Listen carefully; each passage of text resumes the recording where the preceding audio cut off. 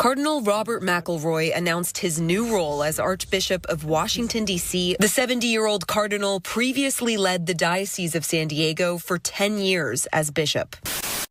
Michael Hitchborn from the Lepanto Institute, he's the president, and he was out front with us with signs, and we were praying rosary earlier. We'll probably do another one again soon here. But Michael, please introduce yourself. Let us know. Yeah, so one of the reasons that we're here is that Cardinal McElroy is part of a large cabal of bishops and cardinals who are trying desperately to undermine the church's teaching and to work closely with the deep state.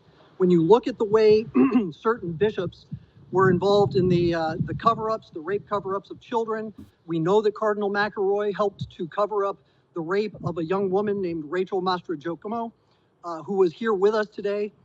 She was ritually, satanically abused, and Cardinal McElroy had a hand in covering up her abuse. But there's so much more to the story, because Cardinal McElroy is also a part of the Association of U.S. Catholic Priests, which is it's basically the remnants of Call to Action. They're a bunch of dissident priests working to undermine the authentic moral and theological teachings of the church. And you also have the United States Conference of Catholic Bishops intimately involved with USAID and the whole border situation, taking in hundreds of millions of dollars to help illegal aliens come in across the border. So when you start looking into the whole problem, you realize there's got to be something to investigate, someone to investigate these problems and possibly look into RICO. That's right, Jack. We want to know where all this money's going. That's why we're calling on JD Vance. We highlighted DOGE, right, and what they're doing with USAID. So we want to know, where are all these migrant children going? Why aren't there any orphanages that you hear about, like in the recent Mother Cabrini movie? Where are the orphanages? Why are there 300,000 missing children? That's what we want to know. That's why we're calling on an investigation. So, Kev, let's walk me through some more of this. Tell me some more about what's going on at the protest. What are the specifics on the USCCB, this Conference of Catholic Bishops? We know that they got into it with JD Vance. What is the protest calling for specifically today? Well, the protesters are calling for a RICO investigation. They're asking JD Vance to start or initiate a RICO investigation into the U.S. Conference of Catholic Bishops. We know that the USCCB received $130 million to relocate migrants and refugees in the United States. 30 million of that went to relocating minors and unaccompanied children. And the question that we have is, where was the vetting with regard to these underage children? We know that many of them were coming across the border with nothing but a little card that said, here's the phone number for the contact that you need to relocate me with. Where's the follow-up? We know there are 300,000 children that went missing.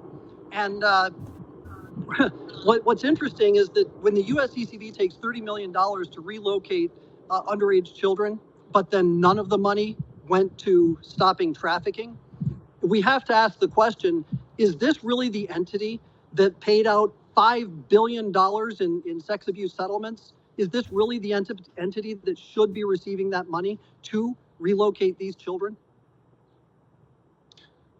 Tell me more about what was the letter or the part of the Vatican II that you were saying in 1965? How did this all start when the church was being undermined by these subtle governmental funding issues? In the Second Vatican Council, one of the last documents that was published is called Perfecta Caritatis, that had everything to do with upending religious institutes. You have the religious orders were told that they needed to rewrite their constitutions, rewrite their prayer books. They had to start incorporating social justice into their communities, including cloisters had to start being more social justice minded. But what happened as a result of this is that you had nuns doffing their habits, you had priests parading in pro-homosexual parades, and after a while, the charities that had been provided by the church free of charge were handed over to the federal government, and so the USCCB started lobbying the government to increase their welfare programs, to increase all of these for-profit industrial organizations, which were making billions of dollars now, in the name of helping the poor, where these services cost very little when it was being done by religious institutes. Right. So the point of the protest. So, yeah, go ahead. Oh no. So the point of the protest is that essentially what this and when people understand this, zoom out a little bit. What you've got here are not people who are attacking them for being Catholic, but actually what it is, the point of the protest is that these leaders, these people who claim to be acting in the names of practicing Catholics, Kev, like you and me, that they're actually going up there, they're taking money from the collection plate, and they're sending it to all these social justice programs. They're propping up people like McElroy that are covering up sex crimes, and they're also taking the money and they're using it to participate in these operations that enable and further and fuel illegal alien invasion into the United States, many of which involves children. This is us saying, look, if we're going to be, the Catholic Poso bros, then we have to call out our own church before anyone else does. We have to clean up our own house, and we are more than willing to do so, and we are happy to do so. That's what this is about. That's right, Jack. And that's almost verbatim what J.D. Vance was suggesting, that we should clean up our own financial house. And this is more than just, I carry the basket at my own church. This is more than, it's a very trusted position. It's more than just like slipping a 20 in your own pocket out of the basket. This is on a macro level here that we're seeing the waste, fraud, and abuse. And the Biden administration was very lax on border policy to begin with. People coming over, and that's where a lot of the Catholic Charities scandals you've heard about in Texas, for instance, came to be. And so there's just not a lot of accountability being held towards Catholic Charity, USCCB, like all the funding that we're giving them. Like, where are the results? We give them all this money and then children disappear. Well, one of the things most people don't understand is that the Catholic Relief Services has a quid pro quo relationship with USAID.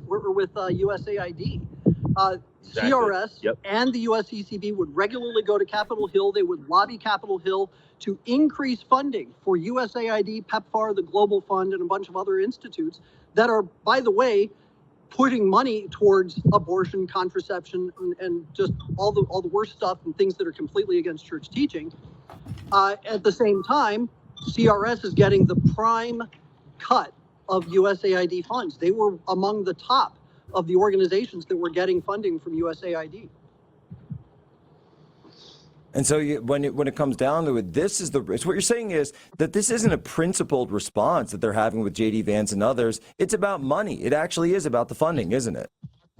It absolutely is. The USAID and CRS relationship is so deep that when I started investigating CRS and PEPFAR back in 2014, PEPFAR actually erased part of the record that said that CRS was promoting a program that was promoting contraception.